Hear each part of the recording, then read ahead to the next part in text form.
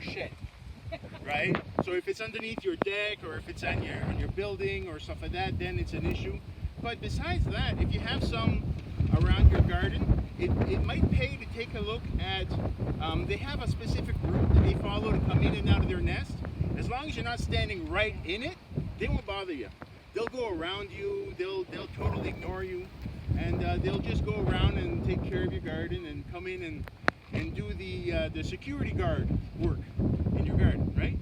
So that's a great ally for a lot of the caterpillars, and that's not just on the cabbage, but also the tent caterpillars in your trees and that kind of stuff. They eat all kinds of caterpillars. Same goes for birds. Birds love to eat caterpillars because they're such a high nutrient meal. So birds are another thing that are really good to bring in. Now the thing that brings in birds is they like cover. They like trees and things all around. They're afraid, like a big open space, they're afraid of crossing it. Because predators like little hawks, little chicken hawks, all kinds of little predatory birds will take them out. So they're nervous about that. They're really nervous about cats. And because cats are probably one of the most voracious bird hunters out there, domestic cats. So things like that, like trees and fruiting shrubs and things all around your garden will bring in your birds. Little water baths to keep them watered and that kind of thing. It gives them some place to be. And birds eat a remarkable amount of bugs in your garden. Sparrows and robins and that kind of stuff, they're fantastic for that. They're great. I mean, at my place we have sparrows basically dive bombing all over the place in your garden. You got bugs around you, and then here comes the sparrows, and they're just taking that all out. It's awesome. The blue jays eat bugs too? Huh? The blue jays eat bugs? Blue jays, every bird, pretty much every bird will eat bugs. Yeah. The blue jays will eat. They eat a lot of your berries too, though. That's how I know my grapes are ready. when the blue jays are in and out of my grapes, then I know that it's time to go pick them. And usually it'll sit right there above me while I'm picking and yell at me. They're yelling all day. Yeah. Well, they're related to crows, right? And they're the same way. They're communicate and they'll yell at you. But it's too bad, they did their job, they got a treat, now it's my turn, right? So, you got to take your turn in your garden and stuff like that. It's a relationship with nature, right? We're inviting nature in to work with us in our garden, and it reduces the amount of effort that we have to put into it. So cabbage moths, cutworms. Having any issues with cutworms around? Not yet. It doesn't look like it. You're not creating a habitat for cutworms. The habitat for cutworms is basically it's tall, weedy fields. So if you let a field go really weedy, really close to your garden, they'll nest in that, and then they'll crawl into your garden. And like I do that at my place. I like to let big, bushy wildflowers grow, bring in my pollinators. Unfortunately, that also gives me cutworms. So it's the kind of thing that I want to pay attention to. But the same goes. Wasps and birds love cutworms. They're a nice, juicy grub. They're caterpillar too. They're related to the larval form of a moth. It's a dark brown moth that lives in the woodlands and stuff like that. And some of those cutworms will actually climb the plant as well. Some of them are on the ground. Some of them climb the plant and do damage on the celery stalks and that kind of stuff. So same goes there. Birds are a big ally there, but we can't, the netting won't stop a cutworm. But things like a BTK is one of those chemicals that we talk about. It's not a chemical, it's a bacteria. It's a soil-borne bacteria that infects only caterpillars. So it's basically you get it at the garden center, and it looks like a pesticide. It's called a pesticide, but it's actually not a chemical. It's not a poison. It's a bacteria that gives them upset stomach, and they don't digest food so good anymore, and it gets them off of your plant. So every type of caterpillar is susceptible to BTK. It's just a little spray, you put it on there, and as they eat, they start to eat your cabbage or whatever plant, they'll consume some of that bacteria. They get sick, they go away, and they die someplace, and you don't see them anymore. But as for an organic gardener, I'm concerned with making sure not putting poisons or anything like that. And this BTK is considered certified organic. It only affects caterpillars, has no effect on human biology at all, or birds or anything like that. No, exactly. So that brings us now to slugs. So I don't know, it's not overly heavy clay here. It doesn't look to we me. don't get very many of them. Yeah. There's some. At home we do, but Yeah. not here. Okay.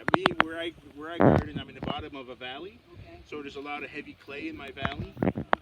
So water has tendency to hold water, so I get a lot of slugs. So Yeah, the plots along the side there where there's grass will have slugs. yeah, but that's Yeah. where they'll go in moist, dark areas, and they'll come out there.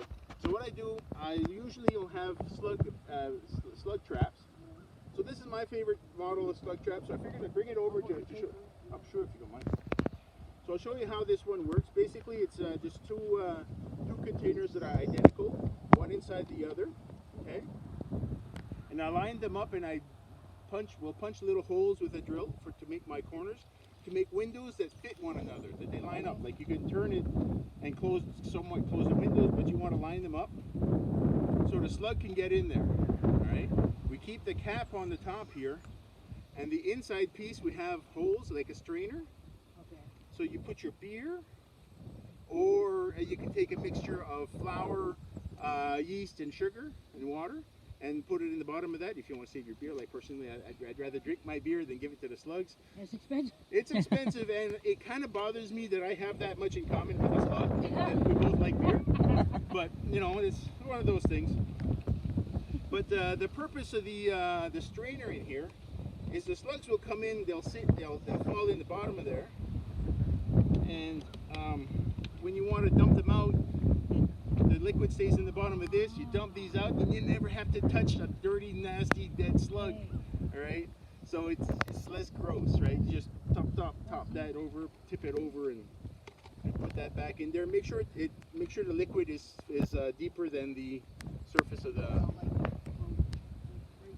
Yeah, exactly. Like kind of like halfway up there. Make sure that the bottom is covered. They go in there and they drown in the bottom of the beer or the liquid that you give them. Yeah. Anything that's yeasty smelling, we'll pull them in from far and It wide. really does work. It works great. Yeah, it works great. I use slug traps or slug pellets at the beginning of the season, just when I'm starting my seeds, just because they're so bad. As soon as your beans start coming out, they'll jump on top and wipe out your entire everything that just sprouted, right? So I'll sprinkle some pellets at the beginning, and later in the season, once the plants are big enough that they're less susceptible to slugs, then I take out the beer traps and I put away my pellets. Now the pellets, are they poison? Yeah, there you go. So the pellets basically it's just iron. It's dissolved iron in a piece of, basically it's like little bread. So slugs love bread. They eat the bread, they get the iron in their guts, and it bothers their digestive system, it destroys their digestive system, they can no longer eat, and they die. But it's just mineral iron, the same stuff that we need in order to hold oxygen in our blood. Okay. So it's a mineral. It's not a poison, but it is a poison to a slug, just like copper is harmful to a slug. Their skin in contact with copper will create, it gives them like an electrical shock type of thing. So that's another thing that we can do for slugs is especially extension cords. If you have a bad habit, like I do, running a lawnmower over top of your extension cord, and you rip up your extension cord and you have a bunch of pieces of an extension cord, rip them apart, keep the copper, and just make little spirals around the base of your plants that are susceptible to slugs. And as they crawl over top of that, they get electric shock, especially if they touch two bits of the wires together, and they don't like crossing it. Yeah. Eggshells don't work. Doesn't work at all. Some people would It put does wood. add stuff to the ground. Yeah, eggshells are fantastic. It's calcium, right? And so it's good for your plants, but it won't stop your slugs. I've seen videos of slugs Now it's in videos because, sitting there and watching a slug for an evening crawling across a razor blade is kind of boring, but they can actually cross the edge of a razor blade. So basically they're barely even touching the surface. They're sliding on their slime, right? So they're not. So basically, I've seen people use wood ash. Wood ash works if it's dry, but it also affects the pH of your soil. So too much of it can be harmful to the plant as much as a slug would be, So you want to balance that kind of thing out. But yeah. At the dollar store, I think they have tape, like copper tape. Yeah, they have tape. tape. It has to be like quite wide. Yeah, it's a good mesh. Because if it's just one strand, they might cross it. But that mesh, it's probably twice as wide as they need it. But it's good in gardening.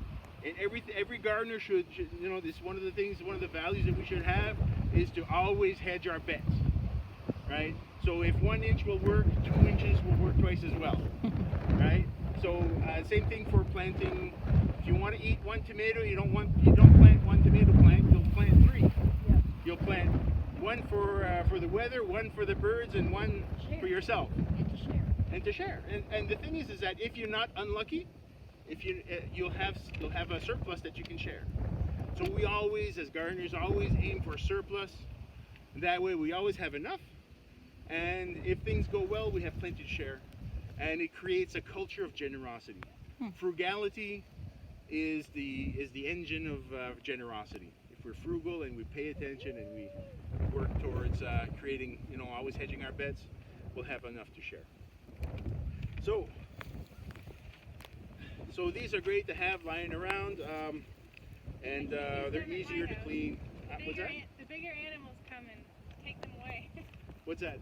Like, I don't know, raccoons or whatever can get a hold of them. I find them all over the place in the morning. Oh, so, yeah? Yeah. Well, maybe, if it's, a raccoon will be interested in anything that smells, right? Yeah. So there it's a matter of everybody's garden is going to have a little bit of a different, different pests or different animals that are behaving differently. At my place, crows are not an issue. They're not causing problems in my garden. They're actually chasing away hawks and eagles away from my chicken coop. But raccoons are an issue. So I've been trapping and feeding the raccoons to the ravens, and that's why the ravens are helping me, I think. Because this is the guy that feeds us raccoons, right?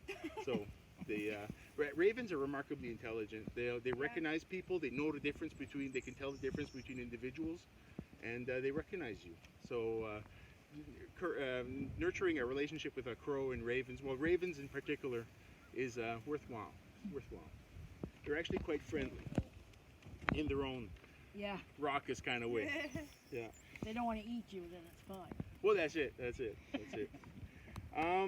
So flea beetles have been probably the most talked about pest that I've been hearing about lately. Everybody's been getting hit hard with flea beetles. If you want to know what they look like, they're at the very end of that green row there on my wonderberries. There's lots of them. So if you don't want to know it, so they do a bunch of tiny little holes all over your plant, and they just make the whole thing look sad. And they hop. They're tiny. They're like a little beetle. They're a little hard-shelled beetle, and they hop all over the place, and that's what they do. So it's an insect. It's got a carapace. So there's one solution for that'll do damage to pretty much every insect, but that'll include your good bugs. But in cases of a flea beetle infestation, it's worth using some diatomaceous earth. It's like a powder. It's a crystalline form of calcium. It's like a shell. They're tiny little microscopic seashells that are all really sharp edged. So in a insect carapace, it gets caught up in the joints, and it tears up the joints. It tears up the skin in the joints, and they dehydrate. And eventually they pass away. It's very uncomfortable for insects to be walking through this stuff, and it'll wear them out. They don't like it, and they'll avoid it. Do the same? No, the eggshell isn't sharp. Enough. It's sharp enough. It's just the structure of it. It's the diatoms that the diatomaceous earth comes from is a microscopic little organism that lives in the sea, and it's got the way it grows its shell. It's got sharp edges to it. So when they die, it accumulates at the bottom of the ocean. It'll create sedimentary layers, and then you can mine it later on when the geology brings that above ground and that kind of stuff. So but it's just calcium. It's not a poison. It's just a physical structure of the material will do a lot of harm to an insect, and that's what it does. But it's like that kind of thing where if you've got a flowering plant and you want to bring in your bees, you want to be careful of putting DE or diatomaceous earth among your flowering plants. You don't want to hit your bees, right? Yeah. So it's that balance. Try to hit it when the plants are still young and small, and you see a problem, you can sprinkle it there. And that brings me to, do you have a presence or an infestation? There's a difference. Just finding a bug in your garden doesn't mean that it's an infestation if it's not negatively affecting your plants. In an ecosystem approach to gardening, you're never going to completely eliminate any variety of pest bug, but it's going to be balanced with other things. So you'll see them there without, if you remove all of one species out of the area, their predator's not going to show up in your garden anymore, and then they'll come back. But then your security guard is off on vacation now, right? So there's always a little presence of every one of your bugs that you don't like, but not enough that they cause damage that will prevent you from harvesting a crop. So you might see a couple of leaves here and there have a little bit of bug damage and that kind of thing. But when you're starting to see a plant getting really sad, leaning over, the leaves are falling off, it's not growing, it's not following the growth pattern that it should, then it's an infestation that you need to interfere with. So I wanted to be clear about the difference between an infestation and a presence. Sometimes we see something and we panic, oh my God, I saw a potato beetle, but it might be the only potato beetle in your garden, right? So that's the thing. Now cucumber beetles. It's also a beetle, it's also affected by diatomaceous earth, and especially when the cucumbers first come out, especially those that you transplant. The issue with cucumbers is they don't like to be transplanted at all. So they get a little sad at first when we first put them in the ground, and then they're very vulnerable to pests because they're trying to survive and they're not putting up a defense anymore. So they're weakened. That opens the door for a pest, a cucumber beetle, to come in, and that's why they hit our cucumbers as soon as we plant them in the ground. Like within an hour, all these cucumber beetles find them and just hit them really hard. So at first, diatomaceous earth will help, but after the cucumber is flowering, you want to limit your diatomaceous earth not to affect your bees that come in and pollinate your flowers. So at first, diatomaceous earth, the best solution for all pest issues is a healthy plant. So fertilize your ground, a good healthy organic soil that's really rich in organic matter that helps your plant get over that hump, that transplant shock, as fast as possible. It'll start putting it on its own defense. Plants will make chemicals in their tissues when they feel themselves being attacked that make themselves taste bad to their pest. And once they're strong, you see cucumber beetles hit your small plants really bad, but once your plant gets fully mature, it's not so much of a problem. There'll still be a few cucumber beetles around, but they're not like you're not making your plant fall apart. Right, so that's because your cucumber is able to. That's why cucumbers can be bitter a little bit. That's a response to stress. And just picked it. yeah, exactly. So, and if you see cucumber beetles, especially if you have one on top of the other, squish them right away. No mercy. Even though they're on a date, too bad. Too bad. No room for romance, and especially when it comes to pests in the garden, it's a matter of survival for your crop. So yeah, you want to hit those cucumber Two beetles really beautiful yellow birds on the fence there. I've never seen birds here actually. Oh, Like no, that, yeah. They're beautiful too. Yeah. Sorry, I just couldn't help it. They're a yellow finch. Yeah, they are. They're voracious bug eaters. They're a Yeah, wonderful come thing back, to come bring back. into We the have garden. lots of bugs for you. And you're going to see a lot more by you're putting trees, perennials in your garden that creates a home that'll welcome them in, and shelter. Now they'll be able to cross from this woodland that's really nearby and come out and come through your trees, especially as they get bigger. And it's going to create a home where you're going to still see pests in the garden, but it won't be like a whole row of dead crops. What do you think about maybe putting birdhouses at the top of the poles? Would that be Birdhouses something? are great, especially anything that brings in robins and swallows. They're just like an Air Force. They're like Air Force jets that are going through and picking off everything that's on a wing. Yeah, they're amazing creatures. At my place, a lot of my neighbors have bird houses. I don't bother at my place because my neighbors went through that expense, and I'm cheap. So I let my neighbors. That's right. So I let my neighbors go through that expense, and they build those little bird houses, and they'll come to my house and they eat my bugs. So I'm very happy about that. So some of the good guys. There's ground beetles. You might find these great big black beetles in the garden. Those are lions, eating every bug in sight. They eat eggs for a living, every bug egg, every insect larva in sight. They eat everything. So those are not a bad bug at all to have in your garden. Those great big long black beetles, they're a fantastic thing to have in your garden. Like June bugs? June No. bugs are not black. No, the June bugs are brown. I'm talking about the black beetle. They're not as tall as a June bug, but they're about as big. And they have a longer, narrower body. Okay, I've seen those. Yeah. Yeah. Yeah, They have yeah, long they're in antennae, here. Yeah, I was wondering if I should touch them or not, but now I know. Leave them be. Yeah, you can leave them be. Yeah. They're strong. Like when they grip a hold of you, you kind of feel kind of panicky because you're not sure if you have the bug or the bug has you, right? Because it has such a strong grip, kind of like a June bug has. But that's what it does. It grabs hold of other bugs and they ain't getting away from it, right? So that's one of the good bugs to have. And you'll often find out if you have mulch or if you have anything at all like that, or if you put down some compost, it'll hide under some bits of compost and stuff. It's a great thing. Did you talk about earwigs? Did I miss that? Well, I can talk about earwigs. No, I just thought if you're going into the good bugs, if I missed the earwigs. Well, we can hit earwigs. Earwigs can cause a lot of issues. Now, earwigs are kind of like halfway between a good bug and a bad bug. One, nobody likes an earwig because they look disgusting. They don't look like they belong on this planet. They look like they came in on a UFO, and they're gross. And especially with a name like earwig, you're always kind of like, is it in there? Right? So that's one of the things.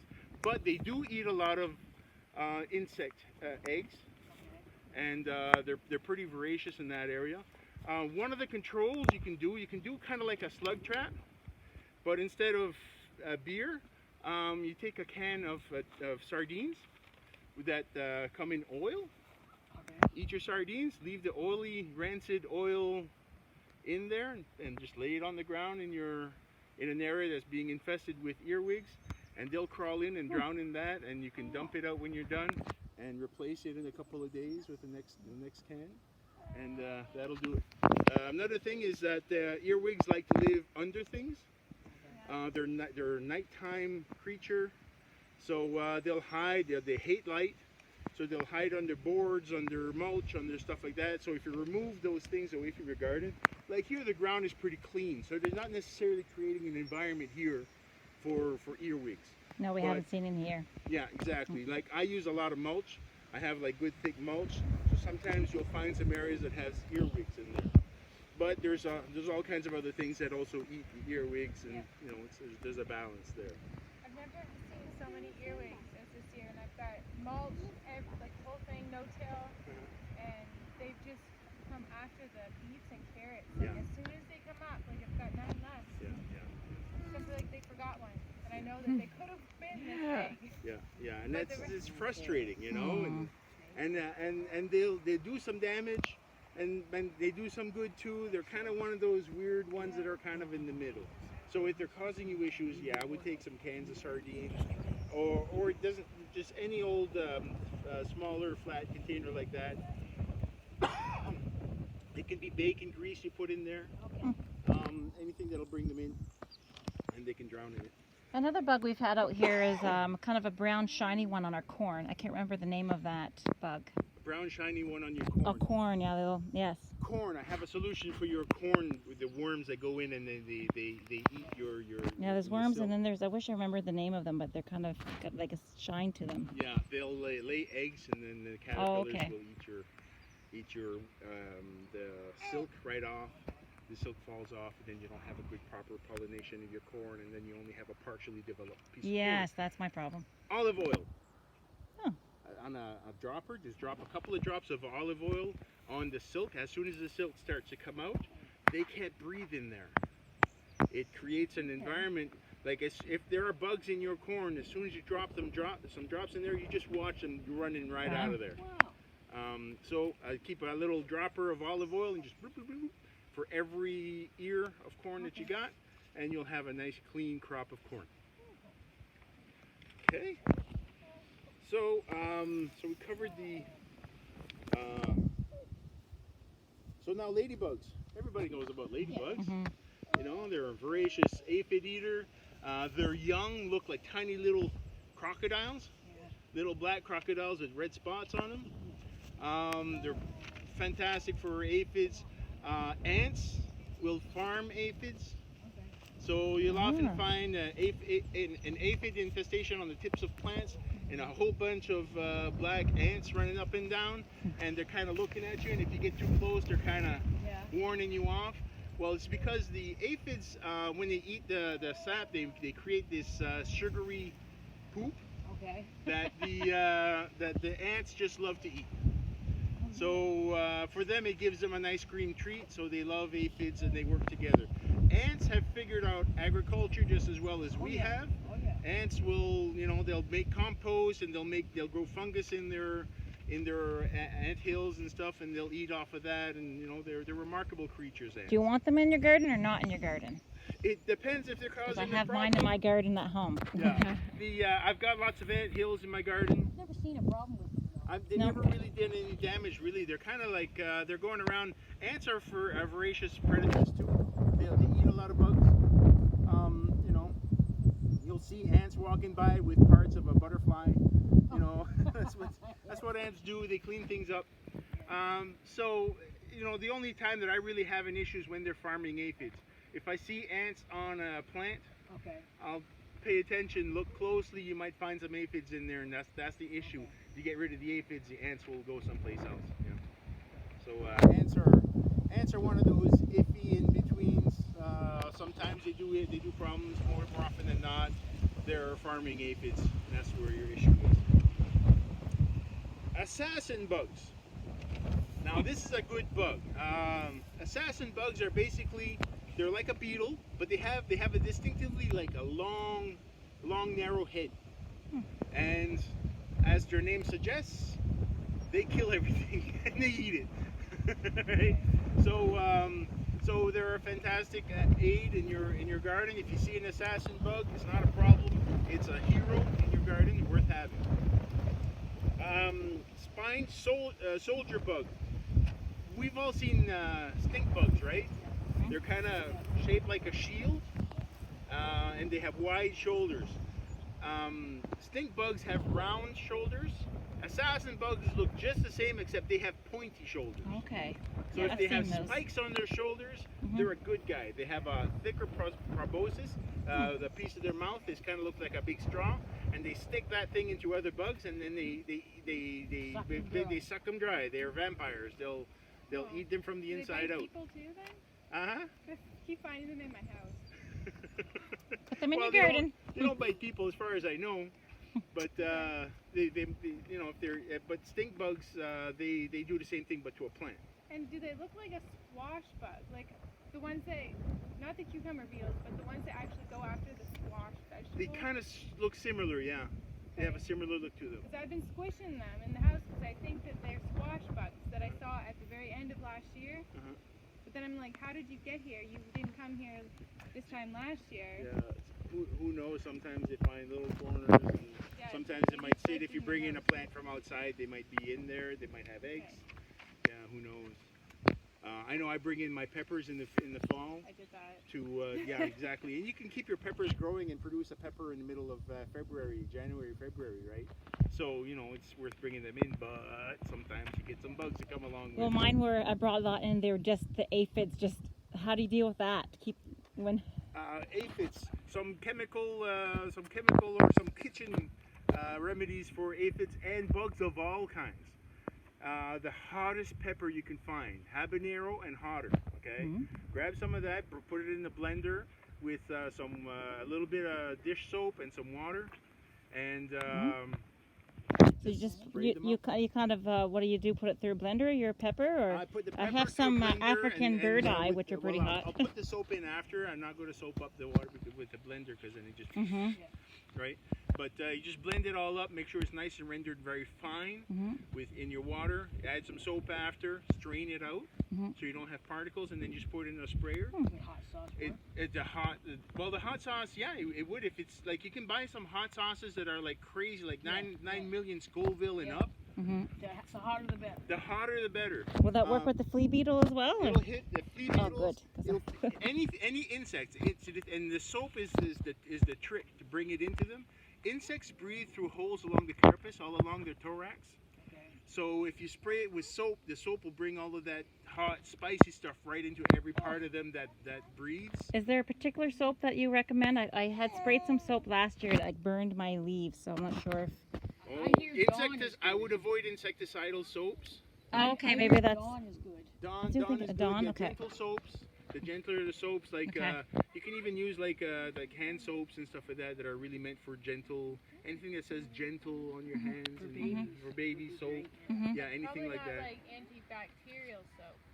What's that? Antibacterial soap's not so good for the garden, right? No, it's not so No. good because it's got compounds that, like there's bacteria in the soil that make your soil work, and you don't want to get rid of that. You want to encourage that because that's what will give access to your plant to some different nutrients that they need. So basically, for gardening basics, is you feed your soil life. The soil life feeds your plant. And you know, instead of the modern agricultural method is to feed your plant directly with just that specific vitamin that it needs. And you know, that's kind of like living on vitamin supplements instead of actually real food. You're much better off having a full diet with a very rich variety of vegetables and fruits and meats and all kinds of stuff that's going to make you generally healthy. That's where feeding the soil at the surface, treat the soil like it's a living creature, and its mouth is at its surface. That's where it eats from. So some compost at the surface is all you need to do. I find at home 2-3 inches of compost in the fall on my garden beds. I cover it in a tarp. I come back in the spring, pull the tarp away, I plant. I don't need to till or anything like that. There's no weeds, and it's really simple. It's really easy, and it's fertile perpetually like that.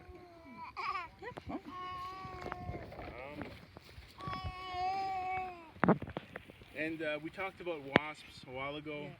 Wasps are really a huge help in the garden. They hit everything. They'll eat any kind of meat, any kind of other bugs that they find. They'll lay eggs in them, and they'll bring them to their nests. They'll dig holes in the ground and put them in there. And you know, there's some solitary wasps. We're used to the paper wasps. They have like a paper nest, but that's a communal wasp. There's other kinds that are solitary wasps. The ones that if you land and you go to touch them, he's like this. Yeah. And some of them have like their body's kind of like dark, some a little bit blue. They kind of look like a chopper, like a motorcycle. Like they really look sleek and cool. Like they're really meant to go fast. Those are solitary wasps, and they're the kinds that the movie Aliens was based off of, where they will lay eggs into your caterpillars in particular, and they'll chest burst through the caterpillars eventually. I've seen pictures. It's really disgusting. It's very it's fascinating. You wanted Nature's like this. so remarkable, eh? And yeah, so wasps are amazing creatures like that to bring into the garden. They're not an enemy at all, except where they're in your tool shed And only because if they feel that you're a threat. If they feel like you're a threat. Usually your wasps are going to come and they're going to buzz. They know where your face is, so they'll buzz around your face, and that's a warning. You heed that warning, you won't have a problem. Back off. You back off and you give them their space. And like I said earlier, if you have especially a paper wasp nest in your property, they have a lane where they come in and out of. Okay. You don't stand in the way of that, and they'll totally ignore you. You can go right up to the nest and they're not going to hit you. But you stand in their way, then they'll come and they'll say, hey, we're used to going from here and cutting straight between these two trees right there and go straight across there. So if you tend to stand there, you don't want to set your chair there. That's not a good place to go sit. Dragonflies. They eat mosquitoes, they eat flies, they eat everything. They're the most effective predator planet Earth has ever produced. A lion will miss a kill 9 times out of 10. You know, the gazelle's gonna get away. With the dragonfly, it's the opposite. 9 times out of 10, it successfully hits its target and it gets its meal. So how do we introduce more of them here? Water features. Okay, we have the pond, but they're not. They They don't seem like they get be, here very they'll much. be at the pond. But if we have the flowers outside. Yeah. Okay. And if you have some So water features in the middle of your Are you garden, talking about like water baths or like a running bird water? bath, Bird bath. something Okay. with a bird bath or something like that, they'll come in. If you have a bird bath, have some marbles a little bit in there so that if bees land on there, they can stand on the marbles and they can they're not drown and then they can get back out. But yeah, a little water bath and they'll come around and they'll go towards it, and if they cross your garden, they'll hit stuff along the way. Yeah. And it's a fantastic benefit to a garden to have dragonflies. Plus, they're amazing. They're fun. And they they're don't great. bite. They don't bite. They're beautiful. Children are fascinated with them. It's a great thing to bring children into your garden when you see all these interesting, sometimes really big bugs are fascinating to kids. So, you know, if we teach them early, you know, which ones are beneficial, which ones are good for your garden and good for your lands, you know, they gain an appreciation for nature, and you make lifelong nature lovers out of them that way. Lightning bugs, good. Lightning bugs? I'm not familiar with lightning bugs. There are hundreds of them. That line. Fireflies? Fireflies, Same they're thing. not harmful. No, I know they're not, but for the garden, green things. I'm not sure actually. I've never had any issues with them, so I never really paid any attention more than that. I don't know what they're doing. I'd be interested to go. I should find out. Good question. Sure. Yeah, it's a good question. It's a good question. And finally, again, birds. We covered birds already. Birds are worth repeating. They're beautiful. They bring song to the garden. Especially one of my favorite things is to get up early in the morning, water my garden, and listen to the bird song. There's something about right after sunrise, around 5 a.m., the air is still, and the bird song is amplified by the stillness of the air in the morning. I find it such a invigorating way to start a day on a positive note, to be serenaded by birds, beautiful morning sunshine, watering your garden, and it starts my day in a stress-free kind of like a restart, and like whatever issues or problems I was worrying about the night before is gone. God And knew then- what he was doing when he did. The good Lord is very, very generous and wise, for sure, for giving us all of these birds, for sure. And the more variety of birds that we bring in and we invite to our environment, you know, the stronger the environment will be to prevent issues and pests and problems. Pests are problems sometimes because of the way we manage land, not because they're innately bad. We will put like a monocrop, all potatoes. Well, all you need is one potato bug coming in the corner and then lays 100 eggs. They all hatch, and then each one of those hundreds go on to the next plant that are did right last next year. to it. Yeah. Yep. And they just spread exponentially that way in no time at all. So monocultures are create an environment expressly made for, you know, inviting pests in your garden, you know, inviting bad behavior by bugs. So mixing crops and companion planting and having a variety of like a community garden like you've got here. Sure, you got some row crop, but it's a small row. It's not a field full of tomatoes. Yeah. You know, it's a couple of rows of beans, and then you have some sunflowers, and then you have some cabbages, and then you have other things. So there's nothing that a bug can really go nuts and just spread willy-nilly without having any birds or any predators to check it, right? So varied, and basically that's how nature works. Nature is super diverse. When the Creator created everything, He created nature in a way that encourages friendships. It's not a state of war. Nature is a state of teamwork, collaboration between species. Different plants and insects that grew together, that evolved together. You know, it's things that the wisdom behind that is you can't deny it. So, like you look at a forest, it's a variety of different trees working together. There are squirrels. The squirrel is as much a part of the forest as the tree is.